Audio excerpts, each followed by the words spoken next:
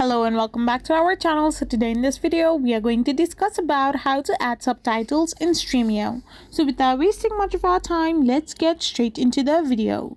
So to add subtitles in Streamio, you will need to enable subtitle support in your Streamio account settings. So first of all, you need to open your Streamio account and then enable subtitle support by going to your account settings. Simply navigate to the General tab and check the box labeled Enable Subtitles.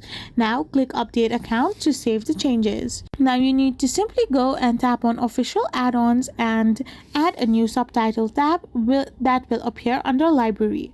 Simply tap on the plus Create Subtitle button and enter a title, display title, and select the language. Now associate the subtitles with your videos. To do this, you need to simply go to Library and tap on Videos and select the desired video.